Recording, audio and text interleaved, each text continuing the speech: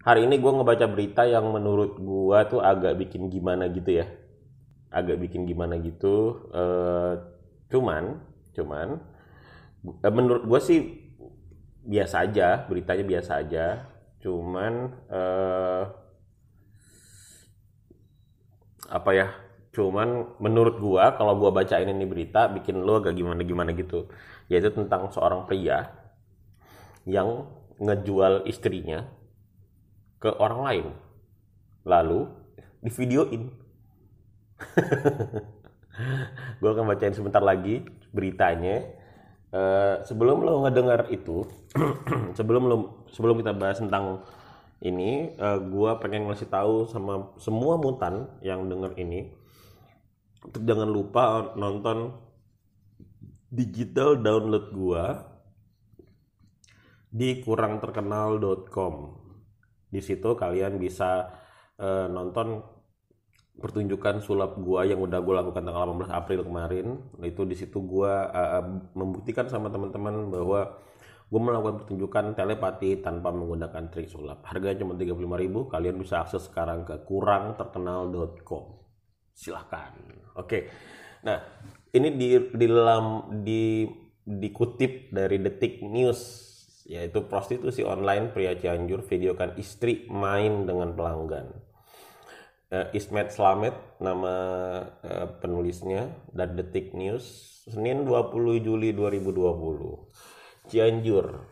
EY, inisial nih guys, EY, umur 48 tahun, tersangka kasus prostitusi online, ternyata kerap menyaksikan dan memvideokan istrinya H, berumur 51 tahun.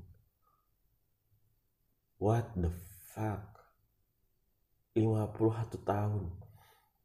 Oke, EY itu suaminya umurnya 48 tahun dan istrinya adalah berumur 51 tahun. Dan ini terjadi di Cianjur.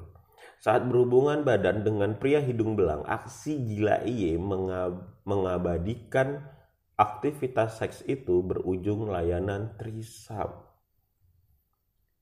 51 tahun. Udah nenek-nenek itu. Oke.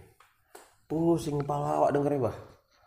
Oke, hal itu terungkap saat Satreskrim Polres Cianjur menggelar perkara kasus tindak pidana perdagangan orang kepada polisi. EY tetap berada di dalam kamar penginapan saat istrinya melayani seks di si pelanggan. Oh my god. Oh my god. Jadi, kalau kita lah mau pakai jasa si H ini, terus kita pakai jasanya, terus ada orang di dalam kamarnya nonton, kayak mana ini? Awak pusing denger bah, naik pita mawak dengernya.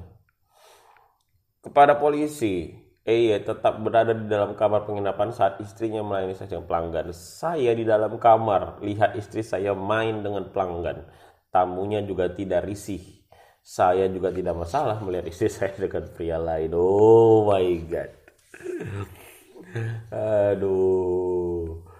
Aduh, yang pengen aku kasih tahu sama ini, pengen kalau awak kasih tahu sama dia, tolonglah bagi-bagi linknya. Ya, ya. Dengan harga 400.000 guys. Oke, harganya adalah 400.000 dan terjadi di Cianjur, ujung-ujungnya adalah trisam. Eh, kalau kalau pelanggan mau ya jadinya trisam, kalau tidak selesai layani tamu saya, baru dia yang main. Jadi biasanya kalau seandainya pelanggan yang mau ya trisam, kalau pelanggan yang nggak mau ya ganti-gantian.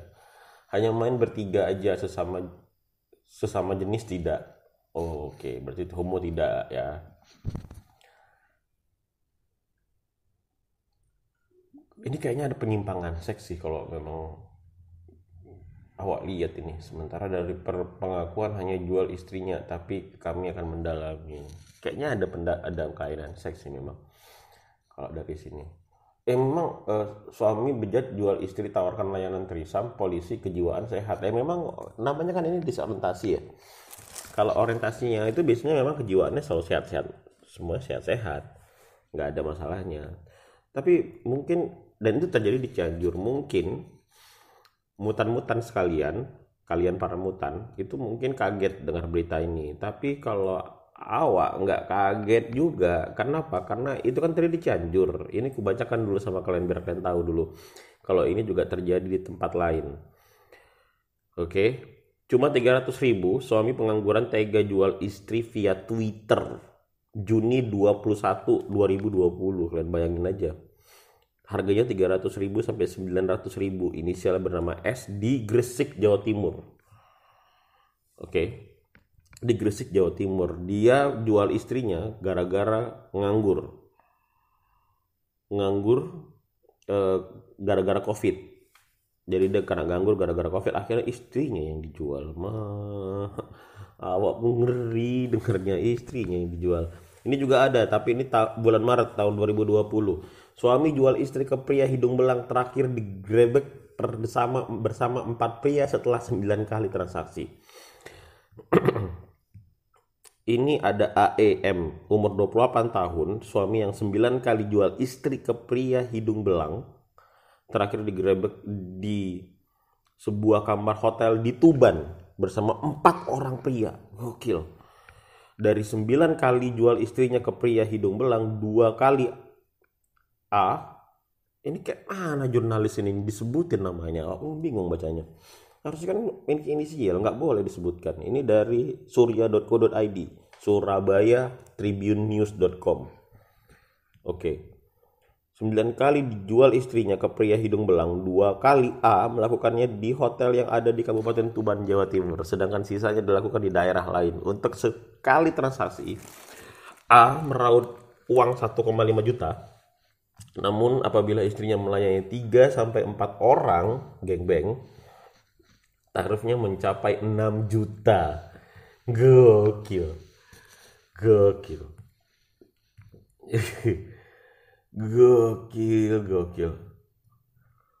Setelah kali dicek 4 orang. Pas ditanya sehari-hari pekerjaan A sebagai supir truk, namun penghasilan yang didapatkannya kurang mencukupi. Lantas dia menggunakan jalan pintas, yaitu menjual istrinya ke hidung belang.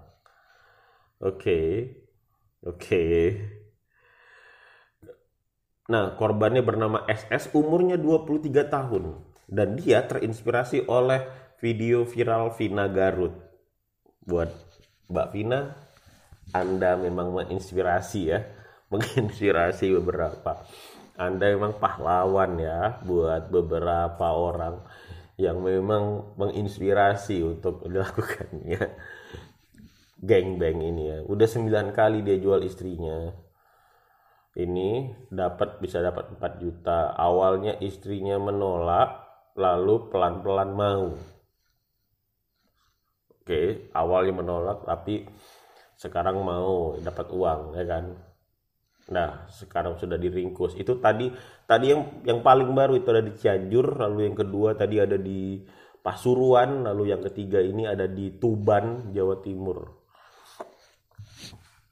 Dan kita cari lagi, ada lagi nggak? Ini berangkat juga, ini tadi udah juga. Nah, itu udah 3. Itu udah 3 guys. Udah 3 contoh berita yang awak bacakan dulu sama kalian. Tentang ada suami mencoba untuk menjual istrinya. Cuman bingung kenapa yang dijual istrinya ya kan.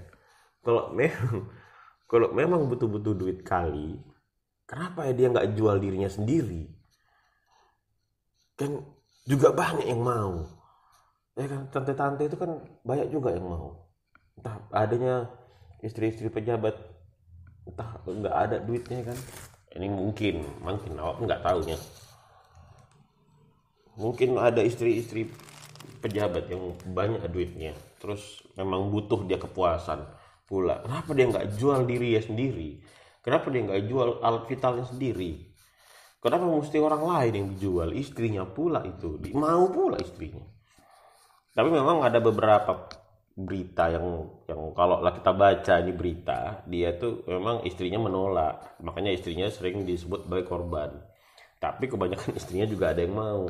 Aku bingung awak. Tapi ini mungkin kenapa aku bilang tadi di depan, karena ini nggak bikin kaget ceritanya, karena aku ceritakan dulu sama kalian. Jadi ada satu daerah di Jawa ini, di Pulau Jawa, bukan di ya Pulau Jawa lah ya. Aku nggak mau sebutkan di mana tempatnya karena takut awak takut kena ini undang-undang ITE, ya kan. Nanti tiba-tiba viral pula ini, terus datang nanti orang itu ke daerah itu, ya kan. Tiba-tiba udah siap-siap ditengok nggak ada, awak yang kena. Makanya awak nggak mau kasih tahu detailnya yang mana. Tapi kalau kalian undang-undang awak ngopi minum-minum TST, ayo lah ceritakan lah itu. Jadi ada satu daerah di Pulau Jawa ini, waktu itu aku eh, bertiga, aku sama kawan awak naik mobil. Kawan awak ini sama istrinya, jadi awak lah yang duduk di belakang. Keliling lah kami tuh, keliling Jawa itu. Sampailah kami di satu desa yang memang desa ini terkenal dia. Terkenal dengan apa ya? Terkenal dengan aktivitas seksualnya. Kayak jadi pas lewat itu memang kami udah merasa di sini katanya ada itu, coba cari. Jadi turunlah kami bertiga ke desa itu. Dan desanya pun masih apal apa namanya. Duduklah kami di desa itu. Terus begitu masuk di desa itu, langsunglah kami disambut di warung kopi. Kalau di Medan namanya kayak Lapo Tua, tapi ini ya kayak warung kopi tapi ada tempat nongkrong-nongkrongnya gitu. Duduklah kami di sana, di situ ada jual bir, ada jual kopi. Kami pun minum kopi karena perjalanan jauh. Minum kopi lah kami. Habis kami minum kopi, terus itu situ bapak memang main catur, main ya sama lah kayak hampir di semua daerah pedalaman kan kayak gitu. Setiap orang kopi ada bapak lagi nongkrong, ada yang ngopi, ada yang ngebir, ada yang semuanya. Lagi dengar lagu musik dangdut tuh waktu itu, ingat banget, masih ingat. Terus tiba-tiba ada bapak yang datang, ditanya sama awak gini, ditanya ke awak gini, dia bilang, dek, mau kok cewek? Gitulah intinya ya, intinya mau cewek nggak katanya. Hah, kan kaget. Nah begitu ditawarin kayak gitu ya, maksudnya biasa aja gitu, karena awak pun pikir ini kayak puncak atau kayak daerah-daerah yang memang sering menjajakan wanita, ya kan di situ mungkin udah jadi di setiap daerah ada yang begitulah. Di Semarang ada yang begitu, di Surabaya juga ada begitu, di Jakarta juga ada begitu kan. Pikirinnya biasa aja gitu, kayak ya kayak orang cuman jual nawarin cewek, mau cewek, terus tanya, enggak bilang gitu. Emang ya kok korek-korek lah, emang siapa bang gitu ngobrol punya ngobrol. Ternyata harga ceweknya itu cuman satu botol bir, bahkan kita nggak perlu bayar pakai duit, tapi cukup satu botol bir. Cobalah kau pikir, dengan satu botol bir kita tuh bisa menggunakan jasa servis itu. Ya ujung-ujungnya nggak aku layani memang, cuman kan aku pengen tahu. Nah udah jauh-jauh awak ke situ, aku pengen tahu rating ya kan, katalog, kau awak pengen tahu. Aku tengok lah kan, wah, oh iya, iya pula harga satu bir, oke nggak masalah. Berarti kan satu botol bir gede bintang sekitar taruh lah paling mahal 50.000 ya kan. Ku tanya, ternyata cewek yang dia tawarkan itu istrinya. Coba kaget awak dengar emak. Dan ternyata awak pun baru tahu di satu desa menjual istrinya itu udah lumrah. Rumahnya itu jadi rumah bordir, suaminya jadi mucikari, istrinya jadi pelayan seks. Ngeri nggak tuh?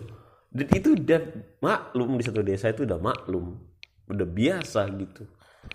Aku kaget denger, dan itu terjadi. Oke, dan terjadi nih buat para mutan, ini terjadi di Indonesia. Jangan dulu kalian berpikir kalau gila, ini sih orang gila, wah ini sih tindakan bejat. No, ini terjadi di Indonesia dan udah bertahun-tahun ada di Indonesia. Mendengarnya, oh my god, really gitu, kayak bener ngejual istrinya. You selling your wife to the stranger cuman sejumlah bir, cuman satu botol bir harganya. Ya memang di ujung itu awak pun nggak awak lanjutkan, awak cuma pengen tahu rating katalog ya kan, karena pas ditawarin, pas dilihat katalog ternyata udah tua ya kan. Coba kalau masih muda ya nggak juga lah, nggak boleh itu human trafficking ya. Awak sangat tidak mendukung karena itu tidak memanusiakan manusia, tapi maksud gue ini terjadi men, terjadi gitu. Jadi prostitusi online yang selama ini kalau cuma artis, enggak, ini tuh udah ada komunitasnya di mana suami menjual istri. Ada beberapa mungkin ada beberapa penyakit, bukan penyakit sih, tapi kayak kesimpangan seksual yang terjadi. Yang pertama, kenapa orang bisa ngelakuin itu, dan ini udah ada penelitiannya ternyata. Ini tapi bukan di Indonesia sayangnya. Mungkin kalau seandainya awal punya uang ya kan, atau punya eh, apa namanya, punya donatur untuk mungkin berangkat lagi awak ke desa itu, betul, buat melakukan penelitian. Nanti aku ajak lah kalian donaturnya. Nah, di Inggris ini udah pernah ada penelitiannya, itu di Harvard University di Fakultas Psikologi pernah ada penelitiannya, karena ternyata suami menjual istri itu terjadi di semua negara. Yang pertama adalah faktor ekonomi. Ya, seperti kita lihat tadi. Kalau tadi EY yang umur 48 tahun, istrinya umur 51 tahun, itu ngejual 300.000, itu adalah seorang mie ayam. Gara-gara COVID, dia kena imbas, ya habis. Ada juga tadi yang jual pacar istrinya lewat Twitter, itu juga gara-gara faktor ekonomi kan. Faktor ekonomi, main.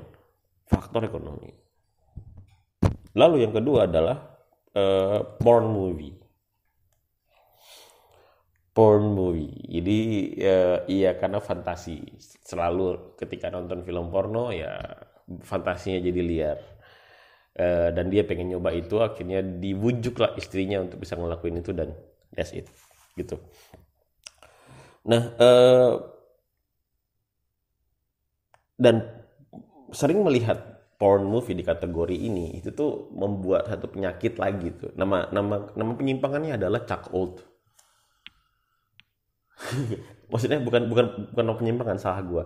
Nama kategori di porn movies itu adalah cuckold, di mana seorang suami itu merasa lebih lebih bergairah kalau dia melihat istrinya berhubungan dengan istri yang dengan orang lain gitu. Selama awak praktek terus mencoba, pernah dapat kasus kayak gini, teman, mungkin nggak sampai berhubungan. Ada seorang suami yang dia itu terangsang kalau istrinya udah chatting ngomong sayang sama orang lain. Itu pernah ada kasus kayak gitu. Cuman begitu dicek hormonnya, dua-duanya nggak ada masalah. Berarti ini cuman kelainan psikologis. Kelainan psikologis ya mau diobatin juga mesti psikologis. Begitu disusurin lagi, kenapa dia bisa begitu? Ternyata pertama kurang mendapat kepuasan dari istrinya, tidak bisa mengulik titik yang lain, kepuasan lain dari si suaminya.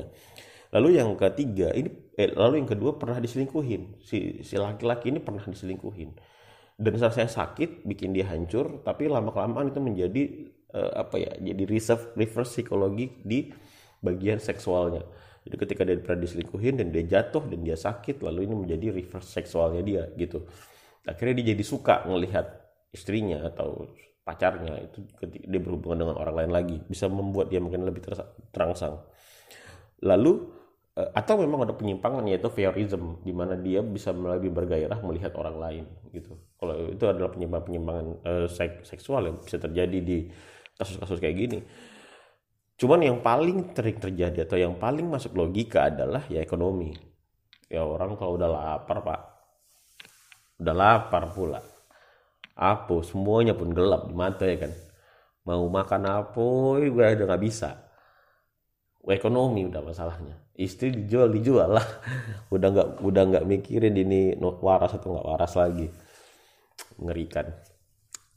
Ya, itulah pembahasan kita hari ini. Mudah-mudahan kita akan ketemu lagi di next podcast besok ya. Besok podcast dengan materi yang lebih menggiurkan lagi. Kalau kalian pengen ngobrol sama Wak, tinggal di DM di akun Instagram @doktermutan. Kalau kalian memang pengen punya unek-unek atau punya pengalaman atau pengen ada yang ditanya, boleh komen di bawah ini. Kalau kalian dengar